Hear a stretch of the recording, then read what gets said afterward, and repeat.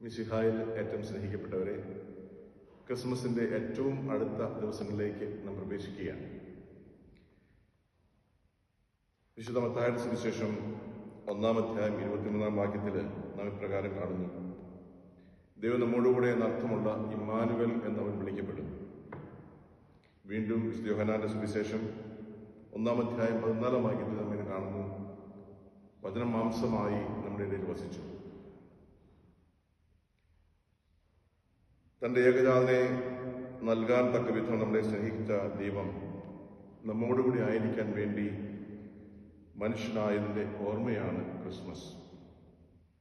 പഴയ നിയമത്തിൽ പകൽ മേഘമായും രാത്രിയിൽ അഗ്നിസ്തംഭമായും തന്റെ ജനത്തിന്റെ കൂടെ നടന്ന ദൈവം ഇന്ന് മനുഷ്യനായി നമ്മോടൊത്ത് വസിക്കുന്നു. ഓരോ ക്രിസ്മസും നമ്മെ ഓർമ്മിപ്പിക്കുന്നതും അതാണ്. മനുഷ്യാവതാരത്തിലൂടെ ദൈവം നമ്മെ ഓരോരുത്തരെയും മനുഷ്യനിൽ നിന്നും ദൈവമക്കളുടെ പദവിയിലേക്ക് ഉയർത്തി.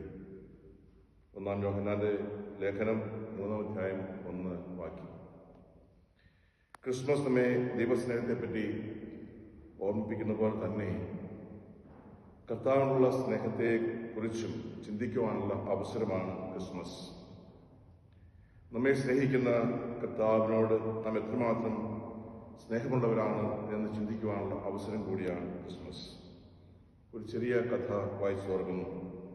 ഒരു യുവാവ് ഒരു സ്വപ്നം കണ്ടു. അവൻ ദൈവത്തിൻ്റെ കൂടെ ഒരു മലമുകളിൽ ഇരിക്കുന്നു. സംഭാഷണത്തിനിടയിൽ ദൈവം അവനോട് ചോദിച്ചു: നീ സ്നേഹിക്കുന്ന ഒരു 10 പേരുടെ പേര് ഓർമ്മിച്ചെടുക്കാമോ? അവൻ പറഞ്ഞു, ഓർമ്മിച്ചെടുക്കാം. ദൈവം അവനോട് ചോദിച്ചു, അതിൽ എൻ്റെ പേരുണ്ടോ? ഇല്ല എന്നായിരുന്നു അവൻ്റെ മറുപടി. പ്രിയപ്പെട്ടവരെ, നമ്മുടെയൊക്കെ അവസ്ഥയും ഇത് ഒക്കെ ആയിരിക്കും. നാം പലപ്പോഴും ക്രിസ്തുവിൻ്റെ സാക്ഷികളാകാനും ക്രിസ്മസ് വലിയ ആഘോഷമാക്കാനും ഒക്കെ പരിശ്രമിക്കാറുണ്ട്.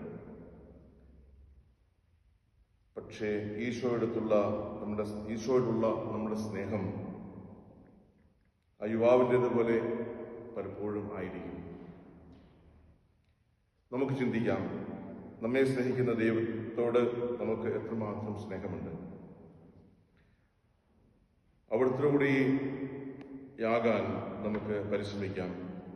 ഈ ക്രിസ്മസ് നമ്മുടെ ഇടയിൽ വസിക്കുന്ന ഈശോയെ തിരിച്ചറിയാനുള്ള അവസരമാക്കി നമുക്ക് മാറ്റാം. ഏവർക്കും ക്രിസ്മസിൻ്റെയും പുതുവത്സരത്തിൻ്റെയും മംഗളങ്ങൾ ഏറ്റവും സ്നേഹത്തോടെ ആശംസിക്കുന്നു.